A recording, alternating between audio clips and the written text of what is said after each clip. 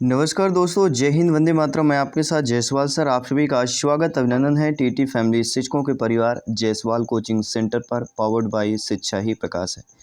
दोस्तों, आज की क्लास में हम बात करेंगे पर्यावरण अध्ययन ईवीएस की क्लास। एनसीईआरटी बेस्ड आपकी क्लास चल रही है आपके सिलेबस के अकॉर्डिंग। और कल की क्लास में हमने पहली क्लास कंप्लीट किया है, जिसका आई बटन पे यहाँ पे ऑलरेडी लिंक दे दिया गया है अगर आपने नहीं देख पाया है। और कल के क्लास में हमने 25 क्वेश्चन किए थे और एक मॉक क्वेश्चन किए थे। और जो पिछले क्लास का मॉक क्वेश्चन है ये हमारा पहला प्रश्न है। और आज की क्लास में भी हम 25 महत्वपूर्ण प्रश्न करेंगे और आपके चैप्टर वाइज क्लासेज हो रही है। जैसे आपका पहला चैप्टर है इकोसिस्टम से शुरुआत की गई है। चैप्टर वाइज क्लासेज होगी, डेली टॉप 25 क्वेश्चन करेंगे। साथ ही साथ सीडीपी बाल विकास की क्लास चल रही, जरूर ज्वाइन कीजिएगा। तो चलिए देर न करते हुए शुरुआत कर देंगे। और एक प्लेलिस्ट बना दिया गया है सीटेट दिसंबर 2022। जी हाँ साथियों, इसका एक प्लेलिस्ट बना दिया गया है, जो सारी क्लासेज का एक प्लेलिस्ट आपको ऑलरेडी से मिल जाएगा। पहला प्रश्न जो कि कल की क्लास का मॉक क्वेश्चन था, प्रश्न क्या पूछा गया है कि हमारे पर्यावरण को बचाने के लिए 3 आर जो ट्रिपल आर हैं वह कौन कौन से हैं। तो कम उपयोग, पुनः चक्रण और पुनः उपयोग। ठीक है, तो सी वाला ऑप्शन हमारा सही हो जाएगा। ठीक है, रिड्यूस, रिसाइकल और रीयूज, ये 3 आर हैं आपके। दूसरा प्रश्न क्या दिया गया है, स्क्रीन पर देख लेते हैं क्या प्रश्न दिया गया है। प्रश्न ये दिया गया कि मानव पर्यावरण का संबंध एक संकल्पना है, ऋणात्मक है, धनात्मक है, संज्ञानात्मक है या इनमें से सभी हो जाएगा। देखिए, मानव पर्यावरण का संबंध जो एक संकल्पना होती है वह आपकी धनात्मक संकल्पना होती है। ठीक है, तो यहाँ पे जो बी ऑप्शन दिया गया है वह हमारा सही हो जाएगा। मानव पर्यावरण की बात करेंगे, ठीक है, मैन इन्वायरमेंट रिलेशनशिप की बात करते हैं। तो प्राकृतिक पर्यावरण का साथ दो तरफा भूमिका में होता है। मनुष्य एक तरफ तो भौतिक पर्यावरण के जैविक संगठक का एक महत्वपूर्ण भाग है तथा घटक भी है, और दूसरी तरफ वह पर्यावरण का एक महत्वपूर्ण कारक और फैक्टर भी है। तीसरा प्रश्न है, आप लोग भी कमेंट कर सकते हैं प्रत्येक प्रश्न का। और इस क्लास में 25 प्रश्न करेंगे, 25 में से जो भी आपका स्कोर हो फीडबैक अवश्य कीजिएगा। तीसरा प्रश्न है, निम्न में से पृथ्वी पर कौन सा जो है पारिस्थितिक तंत्र सबसे बड़ा होता है। देखिए, पृथ्वी पर इकोसिस्टम की बात करते हैं, सबसे बड़ा जो है कौन सा होता है, सभी कमेंट कीजिएगा। रेगिस्तान, समुद्र, वन, कृषि। जैसा हम सभी लोग जानते हैं कि 4/3 भाग में, ठीक है, हमारे समुद्र या जल से घिरा हुआ है। तो कह सकते हैं पारिस्थितिक तंत्र में सबसे बड़ा जल ही हो सकता है, समुद्र कह सकते हैं। बी ऑप्शन है हमारा यहाँ पे सही हो जाएगा। 4 नंबर प्रश्न क्या पूछा गया है कि ह्यूमस निर्माण में कौन सहायक होता है। ह्यूमस निर्माण की बात करते हैं, उत्पादक, अपघटक, उपभोक्ता या ये सभी होते हैं। देखिए, ह्यूमस निर्माण की अगर बात की जा रही थी, ह्यूमस निर्माण में उत्पादक, अपघटक, उपभोक्ता ये सभी सहायक होते हैं। इसलिए जो 4th ऑप्शन हमारा दिया गया उपरोक्त सभी वाला ऑप्शन सही हो जाएगा। क्योंकि कृषि के संदर्भ में देखा जाए तो मिट्टी के सबसे ऊपरी परत को ही ह्यूमस कहा जाता है, जिसमें जैविक पदार्थ की मात्रा भरपूर होती है। कृत्रिम कंपोस्ट खाद या वनों से प्राप्त प्राकृतिक कंपोस्ट खाद को भी ह्यूमस कहते हैं। ह्यूमस के निर्माण में अपघटक महत्वपूर्ण भूमिका निभा सकते हैं। प्रश्न आ सकता है कि ह्यूमस निर्माण में महत्वपूर्ण भूमिका निभाते हैं, घटक निभाते हैं, अपघटक होते हैं, ठीक है, कवक, जीवाणु, कोई भी ऑप्शन दिया जा सकता है, जीव जंतु दे दिया जा सकता है। तो ह्यूमस निर्माण में जो अपघटक महत्वपूर्ण भूमिका निभाते हैं, कौन, अपघटकों की बात करते हैं। 5वां प्रश्न जो स्क्रीन पर दिया गया है, आइए देख लेते हैं आपका फीडबैक इस प्रश्न पर क्या है कि किसी खाद्य श्रृंखला की प्रथम कड़ी सदैव हरे पादप होते हैं। अक्सर ऐसा प्रश्न होता है, जैसे बच्चे का प्रश्न होता है या बच्चा छोटा होता है तो प्रश्न करता है कि पापा जी, मम्मा जी, जो भी इससे साथ होता है कि ये कौन सा है, पक्षी है, पेड़ है, कौन सा पेड़ है, कैसी पत्ती है, मोटी पत्ती है, पतली पत्ती है। इसी प्रकार खाद्य श्रृंखला की प्रथम कड़ी सदैव हरे पादप होते हैं, क्योंकि ये एग्जामिनर का भी हो सकता है, किसी टाइप से प्रश्न पूछा जा सकता है। ठीक है, तो खाद्य श्रृंखला की अगर बात करते हैं, हरे पादप ही क्यों होते हैं, इसका रीजन क्या है। इसका रीजन है कि वे सूर्य के प्रकाश में वायुमंडलीय अर्थात CO2 को स्थिरीकृत करते हैं। सी वाला ऑप्शन सही हो जाएगा। 6ठा प्रश्न दोस्तों क्या दिया गया है, पर्यावरण जागरूकता को बढ़ावा देने के उद्देश्य से निम्नलिखित में से कौन सी प्रतियोगिता का आयोजन जो है किया जाता है। ग्रीन ओलंपियाड की बात करेंगे, वन महोत्सव की बात करेंगे, पर्यावरण संबंधी प्रदर्शनी की बात करेंगे, पर्यावरण दिवस समारोह की बात करेंगे। तो पर्यावरण जागरूकता, जी हाँ दोस्तों, इन्वायरमेंट को जो है जागरूकता बढ़ावा देने के उद्देश्य से कौन सी प्रतियोगिता का आयोजन करेंगे। आप सभी लोग भावी अध्यापक अध्यापिकाएं हैं, शिक्षक बंधु हैं, प्रत्येक भाई बहन गृहिणी को जायसवाल सर आप सभी का अभिनंदन स्वागत करते हैं। सभी लोग जुड़ जाइएगा, अपनी प्रिपरेशन को बेहतर कर लीजिएगा, एग्जाम के पहले बेहतरीन तैयारी कर लीजिएगा, क्योंकि टारगेट साथियों सी-टेट को फतेह करना है, 125 प्लस का स्कोर प्राप्त करना है। तो कौन सी प्रतियोगिता जो है आयोजित किया जा सकता है। ग्रीन ओलंपियाड, वन महोत्सव, पर्यावरणीय संबंधी प्रदर्शनी किया जाए या पर्यावरण दिवस समारोह किया जाए। तो ग्रीन ओलंपियाड ये अक्सर पूछा जाता है, ग्रीन ओलंपियाड किससे संबंधित है, ठीक है, तो पर्यावरण संरक्षण संबंधित है, पहला ऑप्शन यहाँ पर सही हो जाएगा। और ग्रीन ओलंपियाड की बात करें, इसका जो शार्ट नाम है टेरी अर्थात the energy and resource institute द्वारा किया जाता है, टेरी द्वारा किया जाता है, इसका आयोजन की बात करते हैं।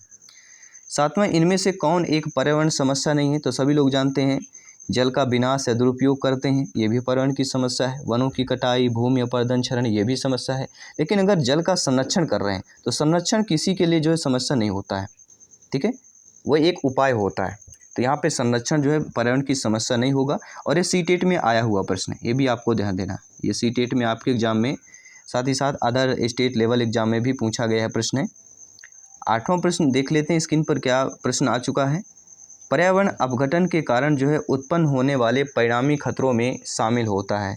भूस्खलन हो गया, बाढ़ एवं सूखा हो गया, वनों में अग्नि दुर्घटनाएं हो गई या उपरोक्त भी हो गया।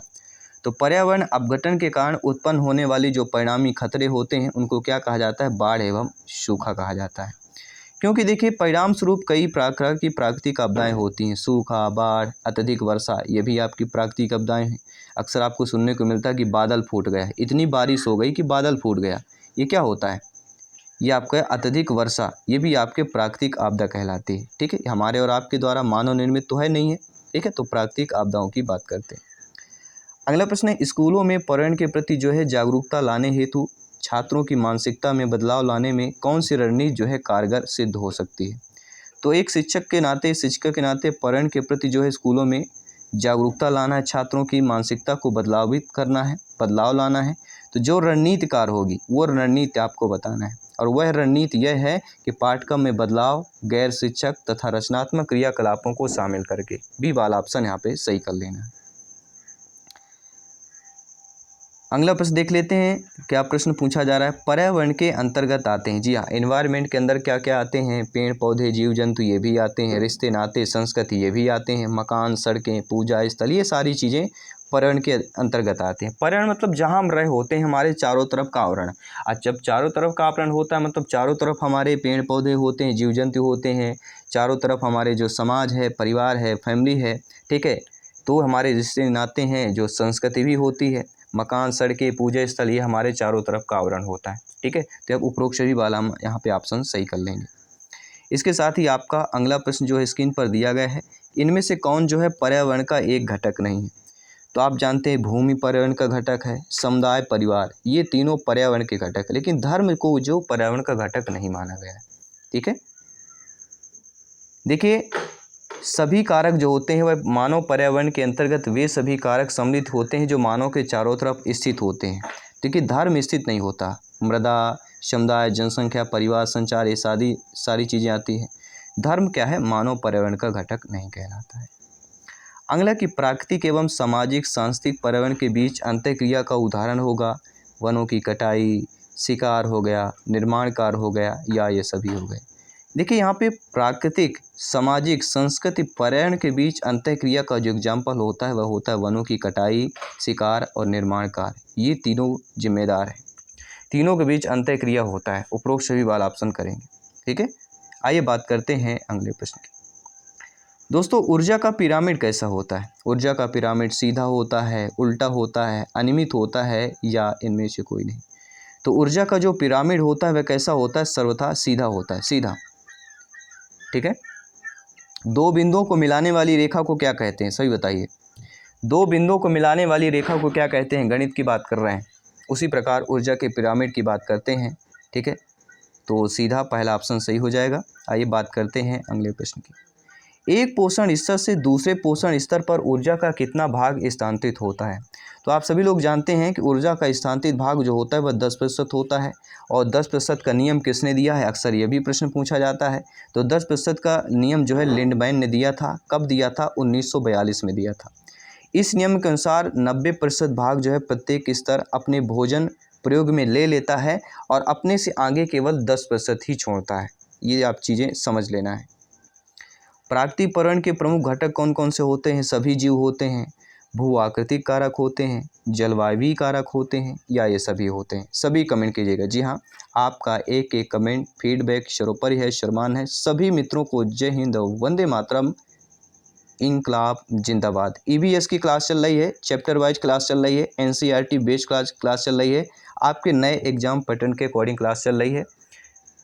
तो प्राकृतिक पर्यावरण के जो प्रमुख घटक होते हैं सभी जीव कहलाएंगे, भू आकृतिक कारक, जलवायवीय कारक, ये सारे प्राकृतिक पर्यावरण के प्रमुख घटक हो जाते हैं। देखिए, प्रकृति के सभी जैव अजैव घटकों को प्राकृतिक पर्यावरण के अंतर्गत जो है सम्मिलित किया जाता है। सभी जीव, भू आकृतिक, जलवायु कारक घटक, ये सारे आ जाते हैं। अगला कि परितंत्र में ऊर्जा का प्राथमिक स्रोत क्या होता है। वनस्पति होता है, सूर्य का प्रकाश, परमाणु ऊर्जा होता है, भोजन होता है। ये पिछली क्लास में इस टाइप के एक और प्रश्न आया था, ठीक है, प्राथमिक स्रोत के बारे में, प्राथमिक उपभोक्ता या प्राथमिक उत्पादक के बारे में, ऐसा कुछ प्रश्न आया। अगर आपने कल की क्लास जरूर ज्वाइन की होगी, इसकी पहली क्लास ज्वाइन की होगी, तो आप सभी लोग समझ गए होंगे। तो परितंत्र में ऊर्जा का जो प्राथमिक स्रोत होता है वह होता है सूर्य का प्रकाश। ठीक है, प्राथमिक स्रोत, क्योंकि जो पेड़ पौधे हैं प्राथमिक उत्पादक होते हैं और इनको भोजन कहाँ से मिलता है, सूर्य के प्रकाश से मिलता है। तो परितंत्र में ऊर्जा का जो क्रिएटिविटी है, ऊर्जा का जो कहते हैं उत्पन्न होता है, ठीक है, ऊर्जा का एक जन्म होता है, वह सूर्य के प्रकाश से होता है। आइए बात कर लेते हैं अगले प्रश्न की। अगला प्रश्न आप लोगों की स्क्रीन पर है कि खाद्य श्रृंखला में ऊर्जा का प्रवाह होता है, एक दिशी होता है, बहुदिशीय होता है, चक्रीय में होता है, या उभय दिशीय होता है। तो आप सभी लोग यहाँ पे सभी कमेंट कीजिएगा। अगर आप पहली बार क्लास C-TET को क्वालिफाइड करने या C-TET में पहली बार बैठ रहे हैं, एग्ज़ाम देने जा रहे हैं, या इसके पहले आपने दे दिया, तो ऑलरेडी आपको पता होगा, क्योंकि ये कई बार पूछा गया प्रश्न, रिपीटेड प्रश्न है। तो खाद्य श्रृंखला में जो ऊर्जा का प्रवाह होता है वह सभी लोग जानते हैं एक दिशीय होता है। और ऊर्जा का पिरामिड की बात करते हैं तो शीर्ष की बात करते हैं, ठीक है। खुद खाद्य श्रृंखला, खाद्य जाल, ठीक है, इससे आपको पता है एक दो प्रश्न जरूर पूछे जाते हैं, कभी कभी दो प्रश्न आता है, कभी कभी एक प्रश्न आता है। तो खाद्य जाल की जो श्रृंखला है, खाद्य जाल का जो चैप्टर है बहुत ही इंपॉर्टेंट चैप्टर हो जाता है। पर्यावरणीय असंतुलन का कारण क्या होता है। जी, अक्सर हम देखते हैं पर्यावरण असंतुलन होता है और इसके कारण कई सारी घटनाएं होती हैं, जिसे हम प्राकृतिक आपदाएं कह सकते हैं, प्राकृतिक घटनाएं कह सकते हैं। तो पर्यावरणीय असंतुलन के कारण क्या होता है, पर्यावरणीय चेतना का अभाव, भौतिकवादी सोच है, प्रयोगवादी प्रवृत्ति है, या ये सभी है। तो पर्यावरण में जो असंतुलन का कारण है, इसका जो रीज़न है, पर्यावरण चेतना का अभाव, पर्यावरण के प्रति हम, ठीक है, चेतना नहीं कर पा रहे हैं, उस पर सोच नहीं पा रहे हैं, उसको सुरक्षित या संरक्षण नहीं कर पा रहे हैं। भौतिकवादी सोच की बात करते हैं, भोगवादी प्रवृत्ति है, केवल हमें यूज करना आता है, ठीक है, उसको सुरक्षित करना नहीं आ रहा है। ये सभी कारण है, ये सभी रीजन जो है पर्यावरणीय असंतुलन के कारण है। फोर्थ ऑप्शन यहाँ पर सही हो जाएगा, ठीक है। बढ़ती जनसंख्या, बढ़ता हुआ अंधाधुनीकरण के कारण पर्यावरण का संतुलन बिगड़ रहा है, जिसके कारण अनेक प्रकार की प्राकृतिक आपदाएं आ रही हैं, ठीक है। तो ये चीज़ें हम ऑलरेडी डिस्कस कर चुके हैं। आइए बात करते हैं अगले प्रश्न। अगला प्रश्न है, निम्न में से कौन सा पर्यावरण अध्ययन का घटक नहीं है। तो हम जानते हैं, क्या जानते हैं कि वायुमंडल, जलमंडल और मानव, ये पर्यावरण अध्ययन के घटक हैं। लेकिन जो सौर मंडल है वह पर्यावरण अध्ययन के घटक के अंतर्गत नहीं आता है, ठीक है। पर्यावरण अध्ययन के अंतर्गत वायुमंडल, जलमंडल, स्थलमंडल, जैवमंडल, या जिसे हम मानव कह सकते हैं, ये आते हैं। और पर्यावरण अध्ययन के अंतर्गत जो है सौर मंडल का अध्ययन नहीं किया जाता है। ये आपको जान लेना है, समझ लेना है, अपने माइंड पर इस प्रश्न को, इस टॉपिक को स्टोर कर लेना है। अगला प्रश्न है कि 10% का नियम किसने दिया था। तो अभी हमने जस्ट पिछले क्वेश्चन में 2-3 क्वेश्चन या प्रश्नों के पहले हमने आपको बताया था कि जो 10% का नियम है ये किसके द्वारा दिया गया है। सभी लोग बताइए, लिंडमान, गोल्डमान, बैकमान, या उपरोक्त में से कोई नहीं। तो जिस प्रश्न को हम डिटेल के साथ बता देते हैं, दोबारा वही प्रश्न आता है तो फटाफट आपको कमेंट करके बताना है। और मैं कमेंट बॉक्स चेक करूँगा आप लोग कितने लोग कमेंट कर रहे हैं। तो 10% का नियम जो है लिंडमैन या लिंडमान के द्वारा दिया गया है। कब दिया गया था, सन भी याद रखिएगा, 1942 ईस्वी में दिया गया। और ये नियम जो है किससे संबंधित है, ऊर्जा उपभोग से संबंधित है। ये 3-4 चैप्टर की बात करते हैं। यहाँ पे क्लासेज होगी फुल कंक्लूजन के साथ होगा, चैप्टर वाइज क्लास कर रहे हैं, वे डिटेल के साथ जानेंगे समझेंगे। ठीक है, पर्यावरण एक स्रोत है, तो पर्यावरण स्रोत अधिगम का भी है, औषधि का भी है, ऊर्जा का भी है, ये सारी चीज़ें आ जाती हैं। ठीक है, तो ये सभी जो है पर्यावरण के हमारे स्रोत कहला जाते हैं, क्योंकि पर्यावरण से प्रचुर मात्रा में पादप औषधियाँ प्राप्त की जाती हैं। पर्यावरण अधिगम से छात्रों में सामंजस्य एवं भावात्मक क्षमता का विकास किया जाता है। तो उपरोक्त सभी वाला ऑप्शन हमारा सही हो जाएगा। अगला कि ऊर्जा संवहन के निम्नलिखित को ध्यान पूर्वक देखना है। ऊर्जा संवहन स्क्रीन पर मैं पिक दे रहा हूँ, इसको देखिए और इसको देखने के बाद कौन सा विकल्प सही होगा आपको बताना है। 2 बकरी 3 मनुष्य 5 शेर, 2 बकरी 3 बकरी 5 मनुष्य, 1 सूरज, 2 बकरी 5 मनुष्य, 1 सूरज, 2 पौधा 3 शेर। ये सीटेट में आया हुआ प्रश्न। तो ऊर्जा संवहन में आरेख में दे जाए, सी वाला ऑप्शन होगा कि 1 सूरज 2 बकरी 5 मनुष्य, ये वाला हमारा आरेख सही हो जाएगा। तो थर्ड वाला ऑप्शन हमारा सही हो जाएगा। ठीक है, आइए बात करते हैं अगले प्रश्न की। अगला प्रश्न है, जैविक पर्यावरण में शामिल होता है, उत्पादक होता है, उपभोक्ता होता है, अपघटक होता है या उपरोक्त सभी होते हैं। सभी कमेंट कीजिएगा। तो जैविक पर्यावरण में क्या शामिल होता है, तो जैविक पर्यावरण में उत्पादक भी शामिल होता है, उपभोक्ता भी होता है और अपघटक भी शामिल होता है। इसलिए जो फोर्थ ऑप्शन दिया गया है उपरोक्त सभी वाला ऑप्शन हमारा सही हो जाएगा। क्योंकि आप जानते हैं कि जैविक पर्यावरण के अंतर्गत सभी जीवित तत्व आते हैं। जीवित तत्वों को 3 भागों में वर्गीकृत किया जा सकता है। एक होता है उत्पादक प्रोड्यूसर, दूसरा होता है उपभोक्ता कंज्यूमर और तीसरा होता है अपघटक की बात करेंगे।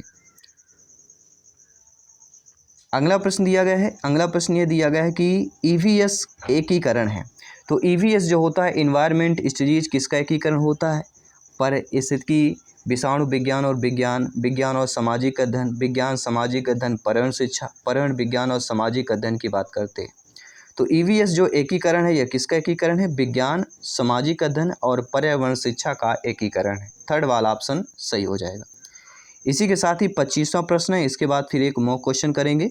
निम्नलिखित में से कौन से पर्यावरणीय मुद्दे हैं, जल का संरक्षण करना, कचरा निस्तारण, जनसंख्या वृद्धि। अब आपको बताना है।